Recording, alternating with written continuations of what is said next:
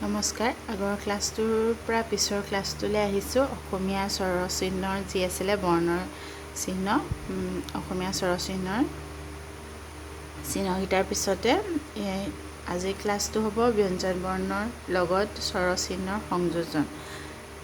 এতিয়া মই প্ৰথম অৱস্থাতে সমান অয়ে লিখিছোঁ, যিহেতু প্ৰথম ক্লাছটোতে কৈছিলোঁ সমান মই অয়ে লিখিছোঁ, কাৰণ প্ৰতিটো ব্যঞ্জন বৰ্ণৰ শেষত আমি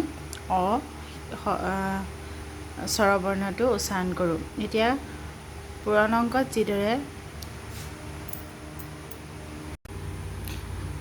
একৰ লগত যিকোনো সংখ্যা পূৰণ কৰিলে সেই সংখ্যাটোৱে হয়, ধৰক 2ৰ লগত যদি 1 পূৰণ কৰোঁ তেতিয়া 2 হয়। তেনেদৰে যিকোনো ব্যঞ্জন বৰ্ণ স্বৰবৰ্ণটোৰ লগত যোগ কৰিলে সেই বৰ্ণটোৱে হৈছে ক যোগ অ ক, খ যোগ অ খ, গ যোগ অ গ, ঘ যোগ অ ঘ, ঙ যোগ অ ঙই হৈছে। ইয়াৰ পিছত স্বৰবৰ্ণটো আহিব, টোৰ লগত যিকোনো ব্যঞ্জন বৰ্ণ যোগ হ'লে তাত আকাৰ হ'ব।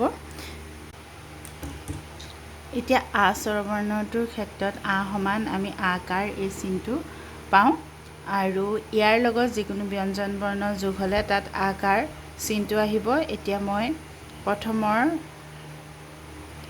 কেইটা বৰ্ণ 5টা বৰ্ণ দেখাই দিছোঁ। ক লগত যোগ হৈছে ক যোগ কটাকাৰে কা, খ যোগ খটাকাৰে খা, গ যোগ গটাকাৰে গা, ঘ যোগ ঘটাকাৰে ঘা, ঙ যোগ ঙটাকাৰে ঙা।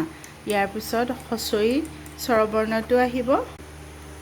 এতিয়া হ্ৰস্বই স্বৰবৰ্ণটোৰ চিন হৈছে হ্ৰস্বইকাৰ, আৰু ইয়াৰ লগত ব্যঞ্জন বৰ্ণ যোগ হ'লে ক যোগ হ্ৰস্বই কত হ্ৰস্বইকাৰে কি, খ যোগ হ্ৰস্বই খত হ্ৰস্বইকাৰে খি, গ যোগ হ্ৰস্বই গত হ্ৰস্বইকাৰে কি, ঘ যোগ হ্ৰস্বই ঘত হ্ৰস্বইকাৰে ঘি, ঙ যোগ হ্ৰস্বই ঙত হ্ৰস্বইকাৰে ঙি।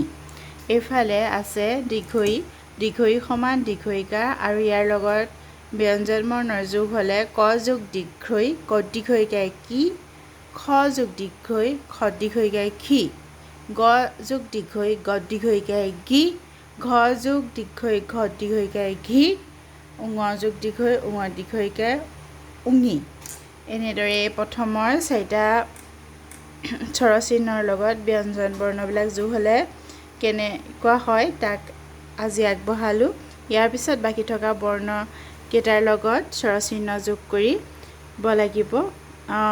বাকী থকা স্বৰবৰ্ণকেইটাৰ লগত ব্যঞ্জন বৰ্ণ যোগ কৰিব লাগিব, মানে বাকী যিকেইটা স্বৰচিহ্ন আছে সিহঁতৰ লগত এনেদৰে 5টা ব্যঞ্জন বৰ্ণ যোগ কৰি কেনেকুৱা ৰূপ হয় এইখিনি দেখুৱাব লাগিব। ইয়াৰ পিছতে আমি স্বৰচিহ্ন যোগ হোৱা শব্দলৈ আহিম।